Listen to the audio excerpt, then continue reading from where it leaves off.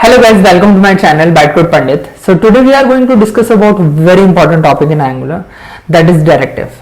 So we are going to discuss about what is directive, what kind of directives we have, and how can we create our own custom directive as per our use cases. So without wasting any time, let's have some code.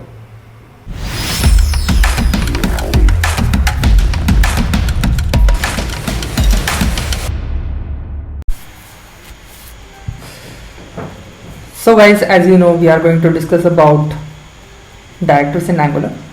So basically in Angular we have a three kind of directives. First is the component directive, second is the attribute directive, and the third one is the structure directive, or sometimes we call the behavior directive. No, attribute directive, sometimes known as a behavior directive. So let's discuss about the component directive first. Okay, so component directive, it is a building block from the Angular. That means anything that's you are creating a view, you are creating a pages or any component, that is the component directive. So you are already familiar with it. Okay, so as you can see in my screen, that here we have a component directive, right, in which we have three main part of the component directive. First one is the selector, right? Selector, it is some kind of the identifier that make the unique name, and by which you can find out that if you want to include that component into the another component, then in that case we should have a unique name. That name we have to provide here, that's why we call it selector. Second one is the template URL, that whatever the HTML we want for that component, we have to put that URL here. And the style URLs, that whatever the style sheet we want for that component, we can put that style sheet here or mention it. That is the component directive. If we talk about the attribute directive, so it's a very simple word. Any directive will change the attribute value of our DOM, that for which we are applying that directive, or the appearance is called the attribute directive. So we have some inbuilt directive in Angular. Inbuilt means attribute directive. So like ng classes, ng style, ng model. And these are the three well-known attribute directive. So let's play with that directive. Okay, so let's start with the ng class.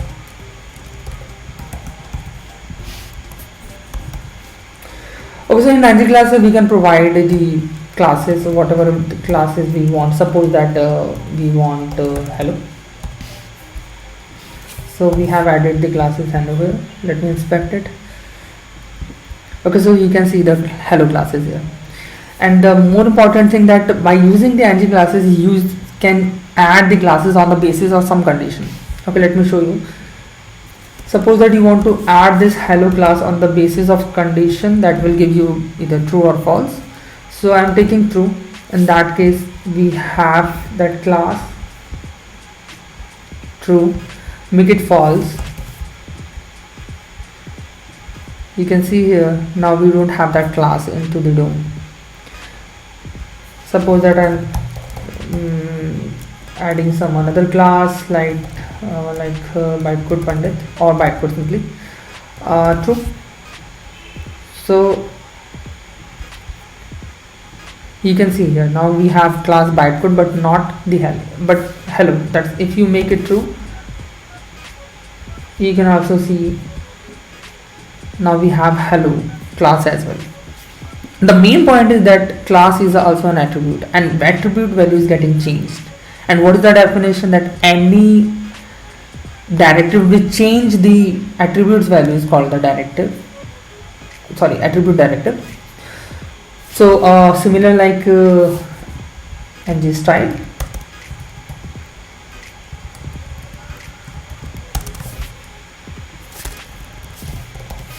Okay, so for ng style you can put any style attribute like background color, it could be red. You can see a red. And again, the most important thing with ng style is that you can add the styles on the basis of some conditions. So suppose that we have some condition which will provide you value true. So if it's true, then we can see here that okay, let me put the yellow. So if the condition is valid, then the color will be red, or you can say if condition is invalid, the color will be yellow. Again, here the style attribute is getting changed. That's why we call it attribute directive. So yeah. So now we have to discuss about the structural directive. So structural directive, any directive which change the layout of the DOM is called the structural directive, because it is removing some element from the DOM.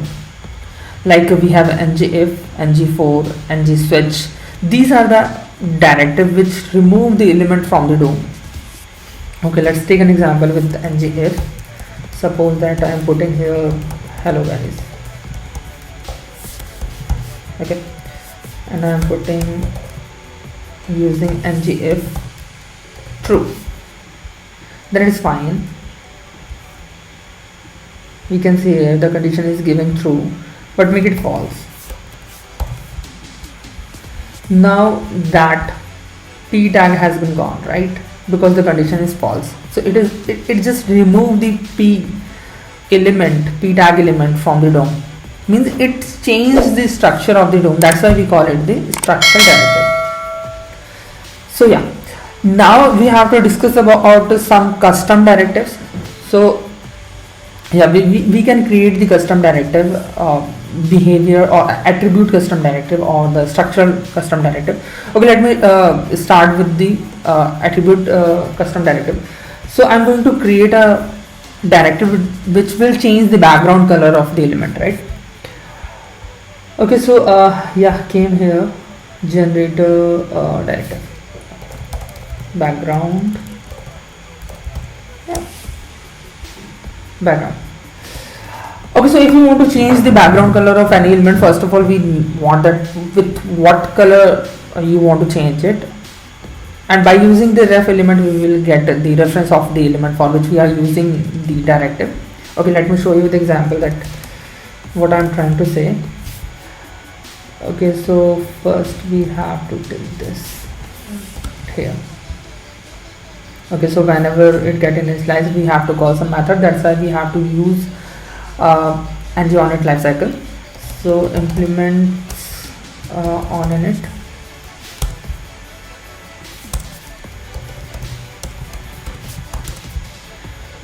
Okay, so this is the input which will be a string. Okay, now we have to define the element ref, which will be element ref. Okay, so yeah, came here element ref native, yeah, make it background color.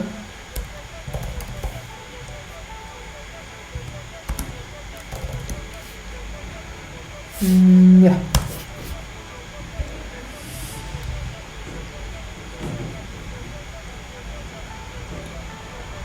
now import this directive into module.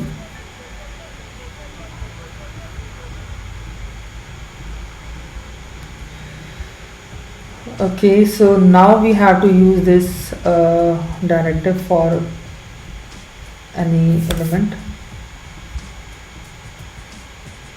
Okay, let's first mention the directive, then we have to take the background color as an input. Suppose that right now I'm taking red color.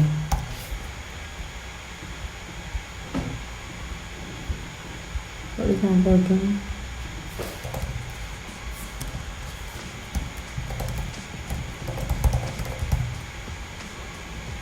Okay, so now you can see here that the color is getting changed.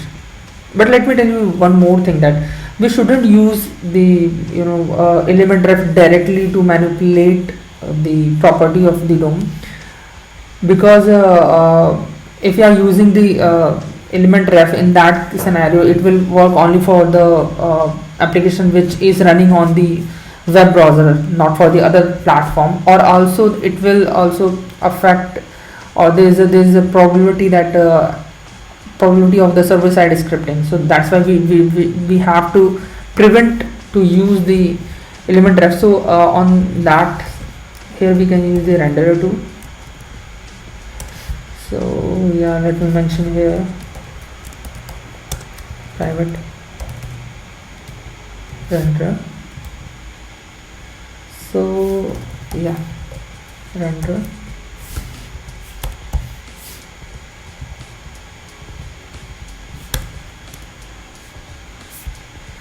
Let's mention here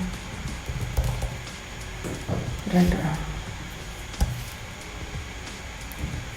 Set style, because we are going to change the style, so we can use now element ref. What property you want to change? Background color. So now, and with what? Background. So let's give a look why it is not working. Element ref.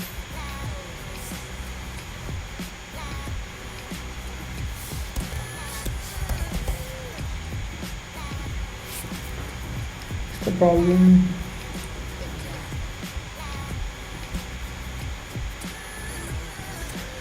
Renderer to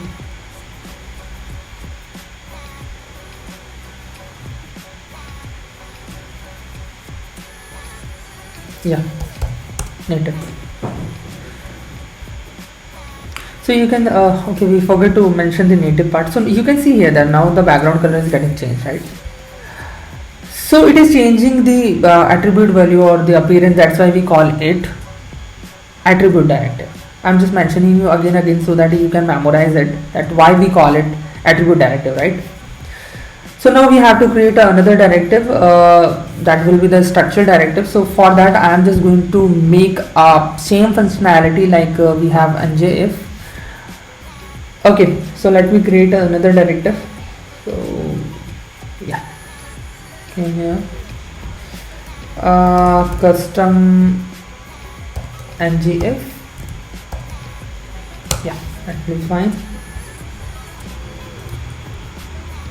So for that, first of all, we have to take the condition that whether you want to show the element or not. So for that, we should first of all should have some input set. Yeah. So here we have to take condition, means that true and false, whatever we want. Okay. Now we should have some method update view condition, which we have to call here update view with condition value, right? You can mention here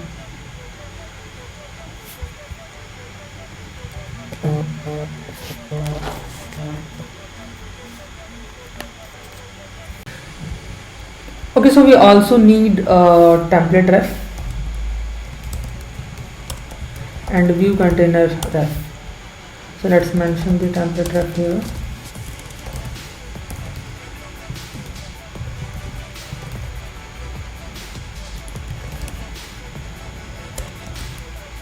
And private view ref. We also mention here. Okay. So on the basis of condition, if condition is true, it will be like view create template ref, otherwise we have to remove it, means we have to clear the template ref, right? Sorry, that's a view container. So that's view container clean. Okay. Now just import this directive to the app module.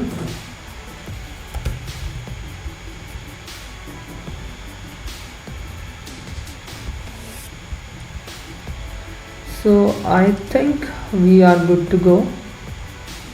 Let's mention this directive here.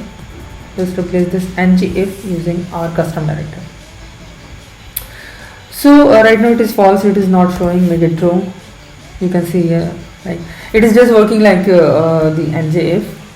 So now this is the structural derivative, because again it is removing the element from the DOM. So yeah, we are done with the directives in Angular. Thank you so much. I hope the video was informative and it enhanced your knowledge about the directive in Angular. If you like the video, please give a thumbs up. You can also subscribe my channel or hit a bell icon so that you can get the notification for my new videos. Thank you.